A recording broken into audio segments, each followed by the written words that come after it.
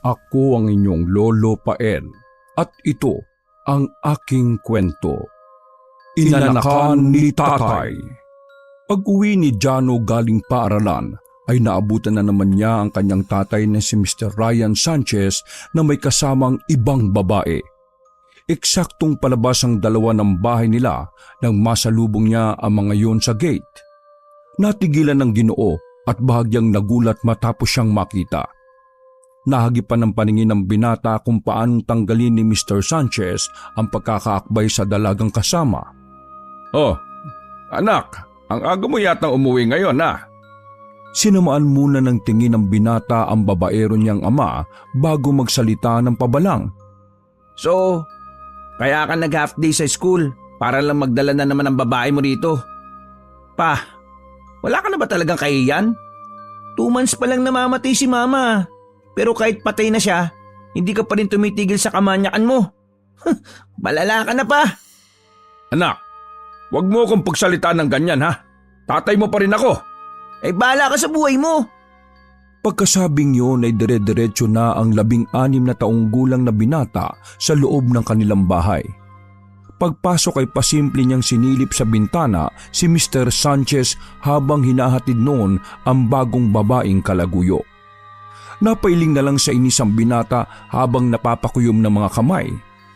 Pagkalaon ay pumasok na kaagad siya sa kwarto para magpalit ng pambahay. Parehong teacher ang mag-asawang Ryan at Elvira sa paaralang pinapasukan din ng anak nilang si Jano. At dahil sa charismatic at malakas ang sex appeal, noon pa man ay likas na ang pagiging babaero ni Mr. Sanchez.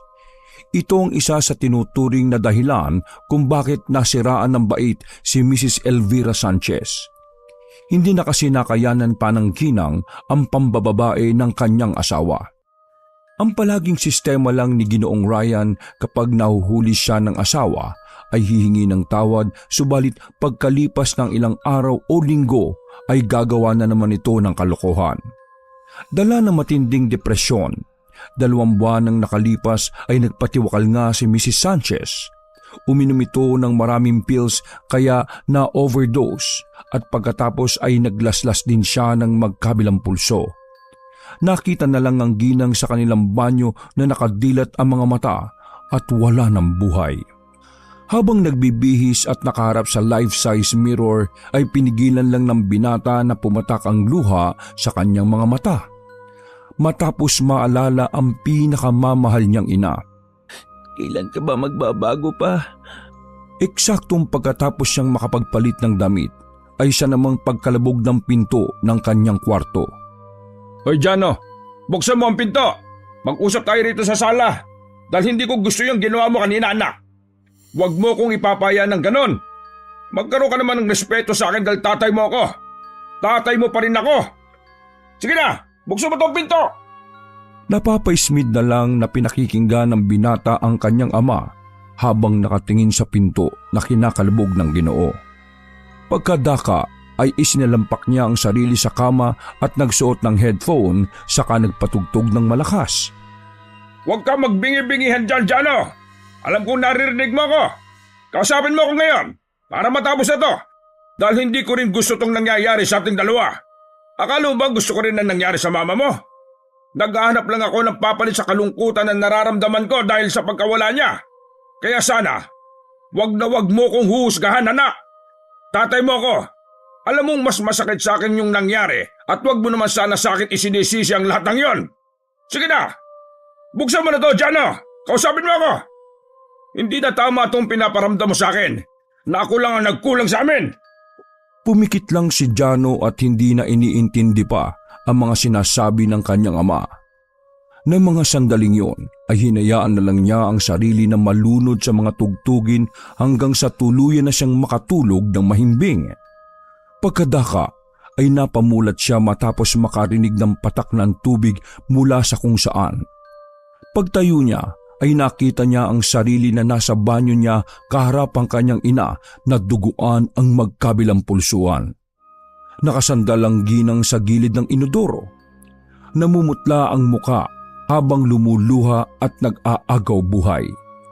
Nang makita ng binata ang kaawa-awang itsura ng kanyang mama Elvira, ay napaiyak siya kasunod ng pag-akay dito. Ma, anong nangyari? Ano tong ginawa mo? Bakit mo to ginawa, Ma? Habang yakap-yakap ang kanyang ina, ay dinig na dinig pa ng binata kung paano ito mag-agaw buhay kaya mas lalo siyang nataranta. Tulong! Mga kapitbahay! Si Mama! Tulungan nyo! Pa! Nasaan ka? Si Mama! Tulong mga kapitbahay! Nang ilapit ng binata ang mukha niya sa ina, ay narinig pa niya ang pagbulong ng ginang sa kanya. Anak, Tiano, mahal na mahal kita. Pagkatapos ng huling kataga na yon, ay tuluyan ng nawala ng buhay si Aling Elvira. Mama ko! Nang umalingaw-ngaw ang boses ng binata sa buong bahay, ay eksaktong nagmulat din siya ng mga mata. Diretsyong napatingin ang binata sa kisame kasunod ng pagpunas ng mga luha sa kanyang mga mata matapos muling mapanaginipan ang nangyari sa pinakamamahal niyang mama.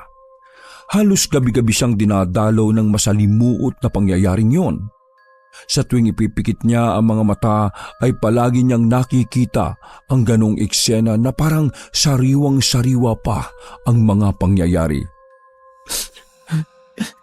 Sorry, Ma. Matapos siyang magpunas ng luha ay bumangon siya sa higaan kasunod ng pagtanggal ng headphone. Pagtingin niya sa orasan ay 8:00 na ng gabi. Kaya kaagad siyang lumabas ng kwarto para maghapunan. Wala siyang naabutang tao sa sala kaya dumiretso siya sa kusina. Nang makitang wala ring tao ay nag-check siya kung mayroong makakain. Sa kabutihang palad ay may kanin at adobong manok na halatang kaluluto lang. Nagsandok kaagad siya ng kanin at ulam saka kumuha na rin ng tubig. Pagkadaka ay bumalik rin ang binata sa kanyang kwarto para doon na kumain sapagkat ayaw niyang makita si Mang Ryan. Maya-maya pa, nang matapos na ang binata sa hapunan ay muli siyang lumabas ng silid at hinugasan ang pinagkainan.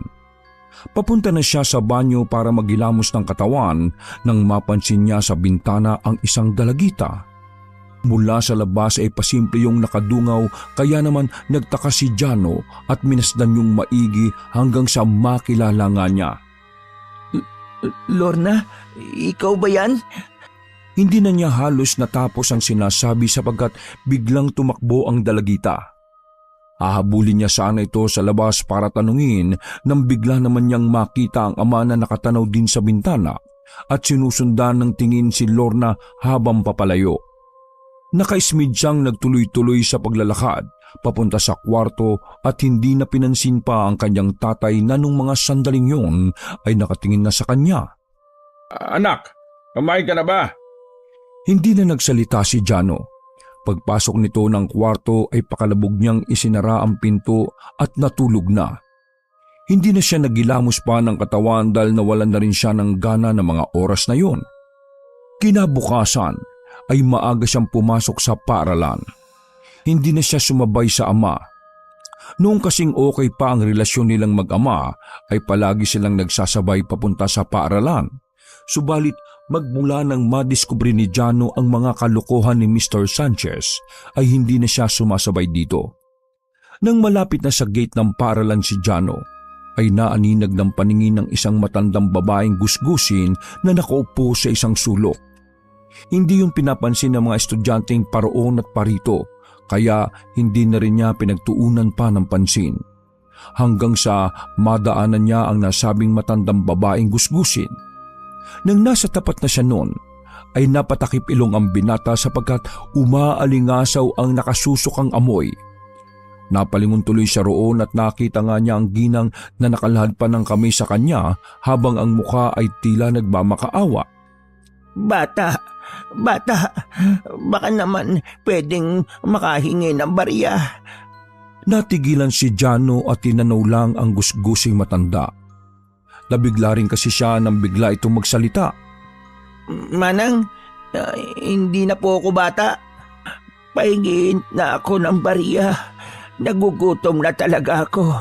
Kagabi pa ako hindi kumakain. Dumukot kagad si Jano ng pera sa kanyang bulsa at kahit nag-aalangan sa mga oras na yon sapagkat gipit din siya sa pera, ay binigyan niya pa rin ang matandang babaeng gusgusin. Pasensya na po, Manang. 20 lang po ito eh. Wala na rin po kasi akong pera. Pag-abot ng pera nang mahawakan ng ginang na gusgusin ng kanyang kamay ay tila nakaramdam ng kakaibang lamig ang binata. Mula sa nangungulubot na kamay ng matandang babaeng gusgusin ay mabilis na dumaloy ang kilabot na parabang nanuot sa pagkatao ni Jano. Dali-dali niyang inalis ang kamay at napaatras dahil sa sobrang pagkabigla. Ramdam niya ng mga oras na yon kung papaano magtayuan ng mga balahibo sa kanyang mga kamay at braso pati na rin sa batok. Pinagpawisan kaagad si Jano ng malamig habang ang tibok ng kanyang puso ay bumilis na parabang mayroong maliliit na dagang nagkakarirahan. Sunod noon ay nagtama rin ang kanilang mga mata kaya mas lalo siyang kinilabutan. Lalo na nang ngumiti ang matandang gusgusin na parabang may kung anong ibang ibig sabihin. Sa isang iglap ay parabang nag-iba ang tingin ni Jano sa nasabing matanda. Ang nagmamakaawa nitong mukha kanina ay napalitan ng parang isang mabangis na hayop na handang manakmal. Parabang mangkukulam na may masamang hangarin ang naging itsura ng matandang gusgusin. Kaya habang nangingilabot ay napatras ang binata hanggang sa hindi niya namalayang nakatayo na siya sa kalsada kung saan abala ang mga sasakyan na paroon at parito. Nagising lang sa tila isang masamang panaginip si Jano nang bigla niyang marinig ang malakas na busina ng isang jeep. Walang kibo siyang napalingon doon habang nakikinig sa pagbubunganga ng mamang tsuper. Pasensya na po, Manong driver. Natitigilan siyang napayukod bago muling gumilid. Pagkadakay, binalikan niya ng tingin ng matandang babaeng gusgusin na bumalik na sa normal ang tila nagmamakaawang muka. Maraming salamat, bata. Sa wakas malalamnan na ang nagugutom kong tiyan. Maililigtas ka rin itong ginawa mo kung alam mo lang. Pagkasabing yun ay tumayo na ang ginang at marahang naglakad palayo. At dahil sa kalituhan ay hahabulin pa sana ni Jano matandang gusgusin, subalit narinig niyang tumunog na ang bell sa loob ng paaralan, sinyales na ilang minuto na lang ay magsisimula na ang klase. Dahil doon ay patakbo siyang pumasok sa gate ng kanilang school at nagdire-diretso na sa kanilang room. Bago tuluyang makapasok sa silid-aralan ay nahagip pa ng tingin niya ang kanyang tatay na naglalakad papunta sa faculty nito. Nakabungguan niya rin si Lorna nang nasa pintuan na siya. Uy, Lorna! Hindi na niya naituloy ang sinasabi sapagkat nagtuloy-tuloy na lang si Lorna sa paglalakad na parang ilang na ilang sa kanya. Nakayuko din ito at hindi siya pinapansin, kaya nagtaka ng gusto si Jano at napatanong sa isip. Anong problema nun? Bakit hindi namamansin? Pagkaupo ay eksaktong dumating na rin ang kanilang guro, kaya hindi na niya nalapitan pa si Lorna para tanungin sana kung anong problema ng dalagita. Naging maayos naman ang klase ng araw na yon, subalit ramdam na ramdam talaga ni Jano ang pag-iwas ni Lorna sa kanya. Gusto niya nga sana itong komprontahin subalit hindi naman siya makakuha ng tiyempo. Dumaan na ang break time at lunch break, subalit hindi niya pa rin nakausap ang dalagita. Nang matapos na ang klase ay lalapitan niya sana si Lorna para kausapin, subalit hinarang naman siya ng mga lalaking kaklase. Wait lang mga tol, sandali, ay! Hindi na siya nakapalag sapagkat niyakag na siya ng mga to na magpunta sa oval para manood ng practice game ng baseball dahil isa sa kaibigan nila ang player doon. Habang naglalakad sila papunta sa oval, ay habol tingin na lang si Jano kay Lorna na nung mga sandaling yon ay pasimple ring napapasulyap sa kanya.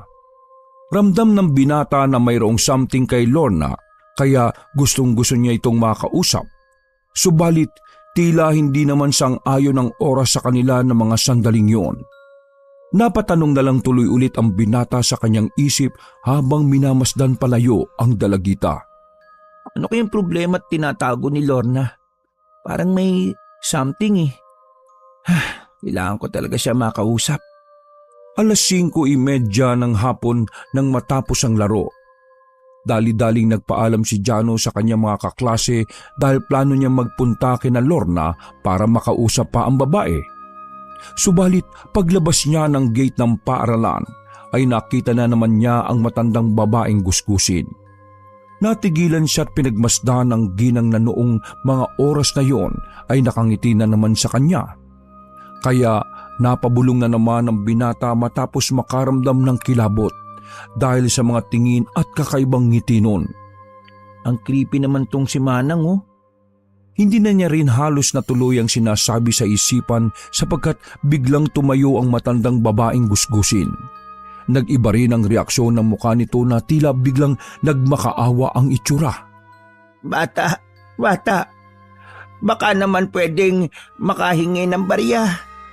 Napakunot noo si Jano na halata sa reaksyon ng mukha ang pagkainis dahil sa narinig. Napabulong na naman tuloy siya sa sarili. Sinabing hindi na ako bata eh. Tsaka parang namemera lang tong si Manang. Pagkalaon ay naiilang niyang hinarap ang ginang na gusgusin habang marahang lumalapit sa kanya. Anang, nabigyan ko na po kayo kanina di ba? Pasensya na po talaga dahil wala na akong natirang pera dito eh, maliban sa pamasahe. Gustuhin din mang bigyan ng binata ng pera ang kanyang kausap, subalit katulad ng sinabi niya, kulang na rin talaga ang kanyang pera. Parang awa mo na. Gutom na talaga ako. Malungkot na humimas-himas sa matandang babaeng gusgusin sa kanyang tiyan, kaya napaismid na naman si Jano. Kagabi pa ako hindi nakakakain kaya kapag hindi ako kumain ngayon bata, isang buong araw na mawawalan ng laman ng tiyan ko. Gutom na talaga ako at nanghihina. Ano po? Gutom na gutom? Ikabibigay ko lang ng pera sa inyo kanina. Hindi inalis ng matandang babaeng gusgusin ang kamay nitong nakalahad kay Jano. Na tila naiiritang naglabas na rin si Jano ng pera. Ang huling perang hawak niya na pamasahe sana ay ibinigay na lang sa matanda. Ito na lang po talaga yung pera ko, Manang. Sana po gamitin nyo na talaga yan sa pambili ng pagkain ha. Tinalikuran na niya ang matanda at naglakad palayo. Subalit natigilan din siya nang bigla itong nagsalita. Dahil sa ginawa mo, bata, pinatunayan mo lang na hindi ka katulad ng tatay mo. Magkaiba kayo ng pagkatao. Hindi mo alam kung gaano ka maililigtas nitong ginawa mo sa akin. Kasabay ng pagkasabing yun ng ginang ay biglang humangin ng malakas, dahilan upang tila magsayawan ng mga puno ng akasyang naroon. Nang malaglag ang ilang tuyong mga dahon sa lupa ay doon na dumaloy ang kakaibang lamig sa katawan ni Jano. Para siyang nabato ng mga sandaling yon. Nang lingunin niya ang matandang babaeng gusgusin ay wala na ito, kaya mas lalong nangilabot ang binata. Napatangan na lang siya sa pagitan ng mga puno habang sinisipat kung saan nagpunta ang kausap niya kanina. Natauhan lang siya at parang nagising sa katotohanan matapos makita ang mga kaklase na kalalabas lang din ng gate. Natatakot man ng mga oras na yon ay sinamantala niya na rin ang pagkakataon na manghiram ng pera sa kaklase. Idinahilan na lang niya na nahulog ang pera kaya hindi siya nakasakay kaagad ng jeep. Pagdating sa kanila, eksakto 6:30 ng gabi, ay naabutan niya ang ama na may kausap sa telepono. Base sa itsura at pananalita ni Mr. Sanchez ay parang nangangamba ito. Tumigil lang ang Ginoo matapos siyang makita. O sige na, mamaya na lang ulit ako tatawag. Pagbaba ni Mr. Sanchez ng tawag ay sa kanya hinarap ang anak. Bakit hindi ka sumabay sa akin, anak? Sarkastikong napangiti ang binata bago tumingin ng matapang sa kanyang ama. Bakit hindi ako sumabay? Baka may iba ka kasing kasabay Ayokong makaistorbo sa inyo. Pagkasabing yon ay nagdire-diretso na siya sa kwarto. Pero natigilan din kaagad matapos makitang mag-ring na naman ang cellphone ni Mr. Sanchez. Nanlaki ang mga mata ng binata nang makita ang rumehistrong pangalan ng tumatawag. Lorna? Sumama ang tingin niya kaagad sa ama bago ito lapitan. Bakit tumatawag sa'yo si Lorna? Ano na naman ginawa mo, pa? Hindi kaagad nakapagsalita si Mr. Sanchez. Pinatay lang nito ang cellphone na tila gulat na hinarap ang anak. Bakit hindi kayo makasagot pa? Sabihin nyo, anong ginawa nyo kay Lorna? Kaya pala siya umiiwas sa akin eh. Kaya pala siya pumunta at sumilip kagabi. Ano? Sumagot ka pa! Wag mo ko sisigawan, anak. Sumusobra ka na. Tatay mo ko, nakalimutan mo na. Lumapit ang Ginoo at kinwelyuhan ng binata habang nakasandal sa pader. Umamba rin siya ng pagsapak pero napigilan niya pa rin ang sarili kaya tumama sa pader ang kamao imbis na sa mukha ni Jano. Sige ba? Sapakin mo ako. Kung dyan ka sasaya, bugbugin mo ako o kaya patay mo na lang ako eh. Para kapag wala na ako, magagawa mo na gusto mo. Abat tarantado ka. Isang malakas na sapak na naman sa pader ang ginawa ng Ginoo. Pagkalaon ay tinanggal niya ang kamay sa pagkakakwelyo sa anak. Tumalikod siya kay Jano sa kamalakas na nagbuga ng hangin bago humakbang palayo. Subalit natigilan din siya matapos magsalita ng binatang nung mga oras na yon ay mangyak-ngyak na. Grabe ka pa. Ganyan ka na ba kahayok sa laman ngayon? Pati classmate ko, si Lorna. Pa, seryoso? Hindi mo man lang naisip na parang anak mo na si Lorna. Nakakadiri ka pa. Hindi mo naisip na teacher ka. Habang sinasabi ang mga salitang yon, ay marahang tumulo ang mga luha sa mata ng binata. Hindi niya kasi ma-imagine kung sakaling ang gawa ng kalokohan ng kanyang tatay ang kaklase niya. Para siyang maduwal-duwal habang iniisip ang mga yon. Hindi. Anong hindi? Kung yung mga tao dyan sa labas manluloko mo, ako pa, hindi! Sana talaga, ikaw na lang at hindi si mama yung nawala eh. Iniwan na kaagad ng binata ang kanyang tatay at pumasok na sa kanilang kwarto. Habang nagmumukmok ay napapaisip siya na meron nga ba talagang nangyari kay Mr. Sanchez at sa kaklase niyang si Lorna. Maraming naglalaro sa utak ni Jano ng mga sandaling yon. Hanggang sa hindi sinasadyang sumagi sa isip niya ang matandang babaeng gusgusin na 2 beses niyang nakainkwentro nung araw na yon. Bigla na lang din niyang naalala mga sinabi nito nung pauwi na siya. Dahilan para mapaisip ng husto ang binata. Dahil sa ginawa mo, bata, pinatunayan mo lang na hindi ka katulad ng tatay mo. Magkaibang magkaiba kayo ng pagkatao. Hindi mo alam kung gaano ka maililigtas nitong ginawa mo sa akin. Habang nakahigat nag-iisip ay hindi na malaya ni Jano na nakatulog na siya ng mahimbing. Nagising lang siya matapos makarinig ng kalabog sa labas ng silid. Nung una ay hindi niya yun pinansin dahil alam niyang ang tatay niya lang naman ang may gawa ng ingay. Subalit ilang beses nang nauulit ang mga kalabugan na sinusundan na ng may hinang pag-ingit mula kay Mr. Sanchez. Doon nagtaka na si Jano. Tumayo siya't lumabas ng kwarto para silipin kung ano ang nangyayari. Pasimple siyang sumilip sa silid ng ama subalit wala ito roon. Eksakto na pabalik na siya ng kanyang kwarto nang bigla niyang marinig ang boses ni Mr. Sanchez mula sa kusina na parang hirap na mga sandaling yon. Sinundan pa yon ng isa pang kalabog, kaya naman dali-dali siyang nagtungo sa kinaroroonan ng ingay. Nasa bukana pa lang siya ng kusina ay nakita na niya ang ama na nakahandusay sa sahig na pilit ding tumatayo. Aray ko, ano ba itong nangyayari? Natigilan ng Ginoo matapos siyang makita ang kaisa-isang anak na nakatingin sa kanya. Umaktong ayos lang ang Ginoo matapos makita si Jano. Kahit nahihirapan ay pilit siyang tumayo habang humahawak sa paa ng dining table. Pero alam na ni Jano na mayroong kakaiba sa tatay niya ng mga oras na yon dahil sa nagpapawis nitong muka na namumutla rin. Natisod lang ako sa bangko. Aray.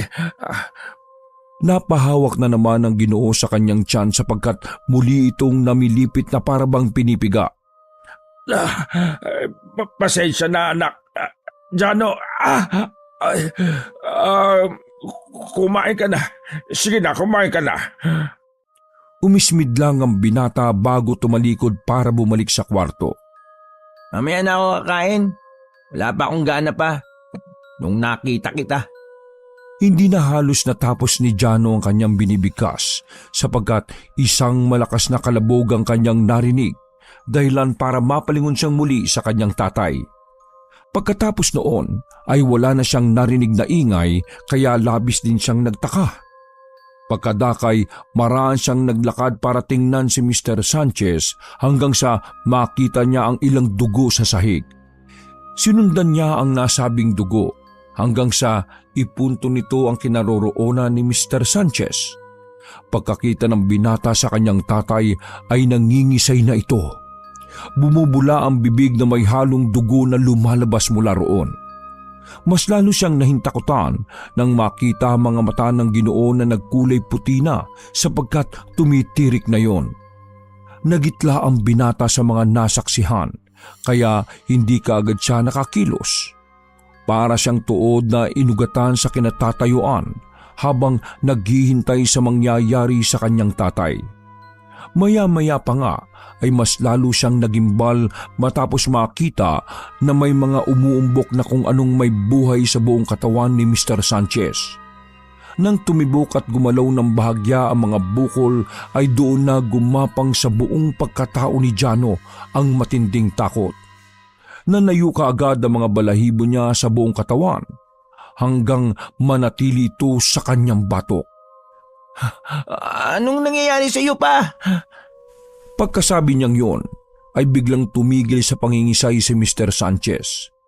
Subalit ilang segundo lang din ay bigla itong lumiyad kasunod ng malakas at nakabibinging pagsigaw. Napatakip tenga si Jano na bigla ring napaupo matapos masilayan ang nakakatakot na itsura ng kanyang tatay na parang sinasapian. Ang mga mata ng Ginoo ay namumuti pa rin hanggang nakaliyad na parang gagambat na kanganga. Kasunod noon ay mas nakakakilabot pa ang mga naganap. Ang mga bukol-bukol sa katawan ng Ginoo ay nagsimula ng kumilos patungo sa iisang direksyon, sa bibig ni Mr. Sanchez. Dahil doon ay kabadong napatuon ang atensyon ni Jano sa bibig ng kanyang tatay na nakanganga pa rin ng mga sandaling yon. Ilang saglit pa nga ay isa-isang naglabasa ng sobrang itim at maliliit na insekto na parang langaw. Nang makita yun ni Jano ay nanginginig ang kanyang kalamnan, lalo na nang dumami yun ng dumami. Habang naglalaway ang kanyang amang tila laglagang panga ay patuloy ang paglabas ng may itim na insekto. Lumipad-lipad ang mga iyon sa buong kusina habang naglalabas ng nakaririnding ingay. Maya-maya pa nga nang tila matauhan na si Mr. Sanchez ay doon na mas lalong nangilabot si Jano. Nawala na mga puti na mga mata ng Ginoo. Naiyak to habang naglalaway. Nang mapadako ang tingin ng binata sa leg ng kanyang tatay ay doon na nga niya nakita ang mga nakikislutang insekto na tila nag-uunahang lumabas sa bibig ni Mr. Sanchez. Anak! Tulong! Anak! Tulungan mo ako! Kasunod noon ay bumulwak na ang napakaraming itim na insekto sa bibig ng kanyang ama na may halong mga dugo-dugo. Sa sobrang takot ni Jano ng mga sandaling yon, ay napatakbo siya sa labas ng bahay habang sumisigaw ng tulong. Nang gabing yon, ay nabulahaw ang bintana ng mga kapitbahay nila matapos niyang magsisigaw ng tulong. Ilang saglit pa Nang makahingi na siya ng tulong, ng gabing yun ay kaagad ngang dumating ang ambulansya para dalhin si Mr. Sanchez sa pagamutan. Bago pa umalis ng bahay ay laking pagtataka ni Jano sapagkat hindi na niya nakita ang itim at malalangaw na mga insekto. Tila bumalik na rin sa normal ang kanyang ama, subalit nanatili pa rin yung nanghihina. Nang isakay na si Mr. Sanchez sa ambulansya ay nasipat pa ni Jano si Lorna mula sa hindi kalayuan. Tahimik lang na nakamasidang dalaga sa kanila, kaya nagtataka na naman ang binata ng husto. Lorna! Pagkadinig ng dalaga sa pagtawag ni Jano ay tumakbo agad yun na tila ba nahintatakutan, dahilan para mas lalo lang magtaka ang binata. Ano bang nangyayari kay Lorna? Hindi na niya nagawang sundan ng dalaga sapagkat nagsara na ang pinto ng ambulansya at bumiyahe na sila papunta sa pagamutan. Ilang oras ang nakalipas. Nang nasa ospital na, ay laking gulat ni Jano sapagkat wala namang kahit na anong nakitang sakit kay Mr. Sanchez. Matapos nitong sumailalim sa mga test, na-explain na rin ng Ginoo sa mga doktor kung paanong namilipit siya ng sobrang sakit ng tiyan na parabang mayroong pumipiga roon. Subalit sa huli ay wala rin naman talagang nakitang malalang sakit kaya naman niresetahan na lang siya pansamantala ng pain reliever at vitamins. Para rin makasiguro ay inobserbahan muna si Mr. Sanchez at pinayuhan rin sila ng doktor na bukas na ng umaga na silang umuwi na mag-ama. Kaya ng gabing yon ay sa ospital na nga muna sila na malagi. Anak, salamat kasi dinala mo ko rito sa ospital kahit matindi ang galit mo sa akin. Alam ko pa rin naman na may pagmamahal ka pang natitira sa akin bilang tatay mo. Hindi kaagad umimik si Jano. Sinamaan niya na lang ng tingin ng ama habang nakaupo siya sa isang malambot na bench. Nasa private room kasi sila na mga oras na yon. Hindi ko alam kung ano nangyari kanina sa bahay. Yung pamimilipit ng tiyan ko. Tapos, wala na ako halos maalala nun. Pakiramdam ko lang may kung anong kuryente na gumagapang sa katawan ko na parang gusto kong isuka. Nang sabihin niyo ng Ginoo, ay muling naalala ni Jano ang nasaksihan niya kanina sa kanilang bahay. Kung paanong parang nasapian ng kanyang ama at sumuka ito ng napakaraming itim na insekto. Pakiramdam tuloy ng binata na mga sandaling yon ay masusuka siya matapos maalala mga yon. Hindi na nga niya inintindi ang mga sinasabi ng kanyang tatay dahil paulit-ulit na naglalaro sa utak niya ang mga tila kababalaghang naganap kanina sa kanilang bahay. Natauhan lang ang binata dahil may nabanggit ang kanyang ama na isa rin sa mga bagay na gusto niyang malaman. Maniwala ka sa akin, anak. Wala akong ginawang masama sa kaklase mo. Kay Lorna. Muling tumalim ang tingin ng binata sa kanyang ama. Hindi ko alam pa kung maniniwala pa ako sa inyo. Maraming beses mo na kasing niloko si mama pati ako. Ngayon, harap-harapan mo ng ginagawa ang mga pambababae mo. Tumayo ang binata at tumalikod sa ama. Bibili po muna ako ng makakain. Hindi na umimik pa si Mr. Sanchez. Minasdan na lang niya ang anak habang papalabas ng silid. Nang nasa hallway na si Jano ay sa kanya na lang napansin na napakatahimik ng kapaligiran. Malalim kasi ang iniisip niya kanina kaya naman di niya na yun kaagad na malayan. Habang naglalakad, pakiramdam niya na mga oras na yon ay parabang may kung ano o sinong nagmamasid sa kanya. Kaya panay ang lingon niya sa likuran, sa kaliwa at sa kanan. Paglabas ng ospital ay nagtungo siya sa likurang bahagi sapagkat may convenience store doon na bukas 24 oras. Tinahak niya ang mapunong daan hanggang sa maaninag ng kanyang paningin ang isang matanda at nanlaki ang mga mata niya matapos siyang makilala. Mabilis na dumaloy ang kilabot sa buo niyang katawan pagkakita sa matandang babaeng gusgusin na nakatayo sa gilid ng isang puno habang nakangiti sa kanya at nakatingin din. Ano pong ginagawa niyo dito? Paano kayo nakarating dito, Manang? Hindi na talaga maganda ang kutob niya ng mga oras na yon. Kaya naman hindi na niya hinintay pa ang isasagot ng nasabing matanda. Nagmadali siyang naglakad palayo sapagkat isang kakaibang presensya ang naramdaman niya ng mga oras na yon.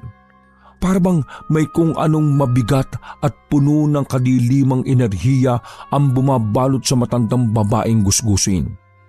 Ilang hakbang pa lang ang layo niya sa matanda nang bigla itong nagsalita ng mabagsik. Tila ba nilamon kaagad siya na matinding takot matapos marinig ang tinig na yon. Mabait kang anak dahil kahit masama ang tatay mo, alam ng puso mo na gusto mo pa rin siyang iligtas. Subalit, ako na ang nagsasabi sa iyo, Jano. Sa gabing ito, mararanasan ng tatay mo ang pinakamatinding parusa ng isang mambabarang. Kasunod na mga katagang yon ay biglang humangin. Nang dumampito sa balat ni Jano ay napayakap siya sa sarili. Paglingon niya sa kinaroroonan ng matandang babaeng gusgusin ay laking gulat niya sapagkat wala na ito roon. Isang nakakakilabot na halakhak na mangkukulam na lang ang naiwang tinig na umaalingaw-ngaw sa dakong yon. Kasunod ng tila pagsayaw ng mga puno dahil sa hanging may hatid na matinding kilabot sa katauhan niya. Kinutuban kagad si Jano matapos ma-realize ang mga sinabi ng matanda kanina. Doon muling sumagi sa isip niya ang nangyari sa tatay niya. Ha? Si Papa? Nagmamadali siyang bumalik sa ospital kaya nagulat din ang ilang naka-duty na nurse matapos siyang makitang tumatakbo pabalik sa kwarto ni Mr. Sanchez. Pagbukas niya ng pinto ay tumambad kaagad sa kanyang paningin ang matandang babaeng gusgusin na nakatayo sa tapat ng hinihigaan ng tatay ni Jano na ng mga oras na yon ay tila nahihimbing na sa pagtulog. Manang, paano ka nakapasok dito? Pagharap ng ginang kay Jano ay nag-iba ang itsura nito. Mula sa maamong mukha ng isang gusgusin ay biglang nanlisik ang mga mata nito na parang nanlilibak. Doon lang din napansin ng binata na ang mga daliri ng matandang babae ay nangingitim habang ang mga kuko naman ay mahaba na tulad ng isang mangkukulam. Teka lang po, anong gagawin niyo kay Papa? Habang matalim na nakatingin kay Jano ay biglang nagkumpas ang matandang babae ng mga kamay. Kasunod noon ay bigla na lang tila dumilim sa kwarto at bumigat ang pakiramdam ng binata. Pagkatapos noon ay nagsimulang bumulong ng mga salitang hindi maunawaan ng matandang babae. Pakiwari ni Jano na mga sandaling yon ay nagbibitaw na ito ng orasyon o ritual. Kaya binuksan niya ang pinto para tumawag ng saklolo. Subalit hindi niya mapihit ang seradura sa hindi malamang dahilan. Nagpatuloy sa pagbigkas sa matandang mangkukulam na mga salitang hindi maintindihan. Hanggang sa magsimula na ngang umandap-andap ang mga ilaw sa buong kwarto. Kasunod noon ay biglang napadilat ng mga mata si Mr. Sanchez. Kaya mas lalong nagulat ang kanyang anak. Manang, ano po bang ginagawa niyo sa tatay ko? Pakiusap, itigil niyo na po yan. Hindi na natapos pa ni Jano ang binibigkas sapagkat biglang humalakhak ang matandang mangkukulam. Halakhak na parabang nagtatawag ng kamatayan. Nangilabot ang husto ang binata hanggang sa manginig ang kanyang tuhod. Kaya napaupo siya sa bench. Hindi ba't sinabi mo na sana'y siya na lang ang namatay at hindi ang nanay mo? Ngayon pahihirapan ko siya dahil oras na ng paniningil to laban sa mga ginawa niyang kalokohan. Pagkasabing yon ng matandang mangkukulam ay tuluyang namatay ang ilaw sa buong silid. 10 segundo ang inabot bago yun muling sumindi. At nang bumalik na nga ang liwanag sa buong kwarto ay nagimbal na nga ng husto si Jano dahil sa kanyang mga nakita. Ang tatay niyang si Mr. Ryan Sanchez ay nakaangat na ng ilang metro mula sa higaan nito. Bukod doon ay namumuti na naman ang mga mata ng Ginoo. Patuloy na nagbigkas ng kakaibang salita ang matandang mangkukulam hanggang sa unti-unting magkaroon na naman ng mga bukol ang iba't ibang bahagi ng katawan ni Mr. Sanchez. Lahat ng mga pangyayaring yon ay nasaksihan mismo ng dalawang mata ni Jano. Kaya hindi niya alam kung ano ang magiging reaksyon sa mga oras na yon. Naisip niya na dapat ay maparusahan ng kanyang ama. Ngunit sa kabilang banda ng kanyang utak ay nagsasabing hindi sa ganitong paraan. Pilit na tumayo ng binata kahit pamatindi ang panginginig ng kanyang mga tuhod dahil sa takot na nararamdaman ng mga oras na yon. Please po, huwag niyo pong patayin ang tatay ko. Hindi na natapos ng binatang sinasabi sapagkat humalakhak na naman ang matandang mangkukulam. Kasunod noon ay patuloy ito sa pagbibigkas ng ritual hanggang sa ang mga bukol sa katawan ni Mr. Sanchez ay nagsimula ng lumobo ng halos singlaki ng kamao ng isang sanggol. Mula sa mga lumobong bukol ay kitang-kita ni Jano ang mga nakikislutang kung anumang may buhay sa loob nun. Nasindak siya matapos yun masilayan kaya naman napatakbo siya sa pinto at kinalabog ito ng kinalabog habang sumisigaw ng tulong. Tulong! Tulungan niyo kami! Pagharap niya ulit sa kanyang tatay ay doon na nga niya nakita kung paanong magputukan ng mga lumobong bukol. Nagtalsikan sa higaan ng malalagkit na katas galing sa bukol. Kasunod ng isa-isang pagkislutan ng kung anong insektong galing doon. Nanlamig ang buong katawan ni Jano pagkakita sa mga insektong nagtatalsikan sa buong silid habang nagpuputukan ng mga bukol. Naglalabasan din yun ng nakakasulasok na amoy kaya naman napatakip ilong at bibig siya sapagkat parabang masusukan na rin ang binata. Maya-maya pa nga ay nakita niya si Mr. Sanchez na tila namimilipit na naman sa sobrang sakit na mga pangyayari. Nawala na ang pamumuti ng mata ng Ginoo at hindi na rin ito nakalutang ng ilang metro mula sa higaan. Anak, tulungan mo ako. Hindi na alam ni Jano ang gagawin ng mga oras na yon dahil tuluyan na siyang nilamon ng matinding takot.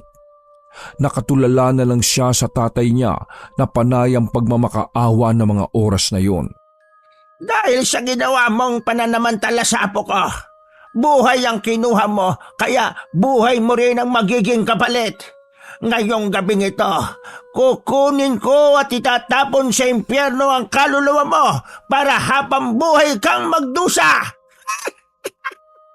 Namatay na naman ng ilaw at makalipas ang 10 segundo. Pagbalik ng liwanag sa buong silid ay naramdaman na lang ni Jano na mayroong tumatapik sa kanyang muka. Nang tila matauhan siya'y sa kanya lang nakita ang nurse na nasa harapan niya. Bukod doon ay may iilan pang nurse na nagsusuri kay Mr. Sanchez kasama ang doktor. Dahil naguguluhan pa siya sa mga nangyayari kaya hindi niya kaagad napagtanto kung ano ang kalagayan ng kanyang ama. Tumingin siya sa nurse na nasa harapan niya at saka ito tila lutang na tinanong. Nasaan na po yung matanda? Ano nang nangyari kay Papa? Po? Wala naman kayong ibang kasama dito ng tatay mo, di ba? Inaatake sa puso ang tatay mo kaya kita tinapik at ginising. Nang sabihin niyo ng nurse ay parang lumobo ang ulo ni Jano sa sobrang kalituhan. Salitan siyang napatingin sa doktor na nagre-revive sa kanyang tatay, pati na rin sa machine na nagsasabi kung ano na ang nangyayari sa katawan ni Mr. Sanchez. Tatay ko? Inatake? Akala ko po wala naman siyang sakit at ibang nararamdaman. Eksaktong pagkasabi niya noon ay bigla nilang narinig ang matinis na tunog ng sinyales na nag-flatline na ang heart rate ni Mr. Sanchez. Natulala na lang siya habang idinideklara ng doktor na patay na nga ang kanyang tatay, eksaktong 12:00 ng hating gabi. Pagkatapos ng pangyayaring yon, hindi pa rin mapaniwalaan ni Jano kung paano nga ba talaga namatay ang kanyang tatay, gayong wala naman itong iniindang sakit. Hindi rin naman niya magawang magreklamo sa ospital dahil wala pa siyang kakayahan para roon. Pagkalibing ni Mr. Sanchez, nang mag-isa na lang si Jano sa kanilang bahay habang lutang na nakadungaw sa bintana ng gabing yon, ay napansin niya na sumilip si Lorna sa kanilang bakuran. Dahil doon ay kaagad niya itong hinabol hanggang sa maabutan niya ang dalaga. Lorna, pwede bang sabihin mo sa akin kung ano nangyari nung bago mamatay ang papa ko? Nakita kong ikaw ang kausap niya sa telepono eh. Ano bang meron sa inyo ni papa? Pasensya na sa nangyari sa tatay mo. Hindi ko rin naman ginusto yun eh. Galit na galit lang talaga si Lola sa kanya dahil sa ginawa niya sa pinsan ko. Matapos niyang buntisin si Ate Mikay, nagpakamatay yon dahil ayaw niyang panagutan. Si papa? Nabuntis ang pinsan mo? Teka nga. Oo, kumunti lang ang lola ko kaya pinarusahan ng babaero mong tatay. Kung tutuusin, dapat magpasalamat ka pa rin kasi hindi kayo dinamay ng lola ko. Binigyan kanya ng pagkakataon kaya sinubukan niya at nagpanggap siya na pulubi na nangingi ng pera noon. Kung ganun lola mo yung matandang gusgusin sa school? Habang sinasabi ang mga yon, ay unti-unting nanumbalik sa binata ang mga pangyayaring yon. Sa kanya lang din naisip na kaya pala palaging nagpapakita sa kanya ang matandang babaeng gusgusin. Hindi talaga inatake sa puso si papa? Hindi pa naginip yung nangyari na yun kundi totoong kinulam siya ng lola mo? Pinarang siya ni Lola. Dali-daling tumakbo ang dalaga matapos ang mga salitang binitiwan nito. Naiwan namang tulala si Jano matapos malaman ng mga nangyari. Doon lang din niya naalala na mayroong 4th year student sa kanilang paaralan noon na nagpakamatay at yun nga ang pinsan na tinutukoy ni Lorna. Halos manlumo si Jano pag uwi ng bahay sapagkat hindi niya sukat akalain na marami pa palang kalukuhan na itinatago ang kanyang ama. Nang mga sandaling yun tuloy ay hindi niya alam kung malulungkot ba siya o matutuwa sa pagkamatay ng Ginoo. Ayop na yun. Anong klase kang ama? Bakit nagawa mo kaming lokoy ng ganito ni mama? Umiyak ng umiyak ang binata ng gabing yon hanggang sa maubos na ang kanyang mga luha. Sa paglipas ng panahon ay pinasya niyang umalis sa lugar na yon para na rin tuluyang makalimutan ang mga masalimuot na nangyari. Hindi na siya talaga bumalik doon kahit kailan at nakitira na lang siya sa kanilang mga kamag-anak. Wakas!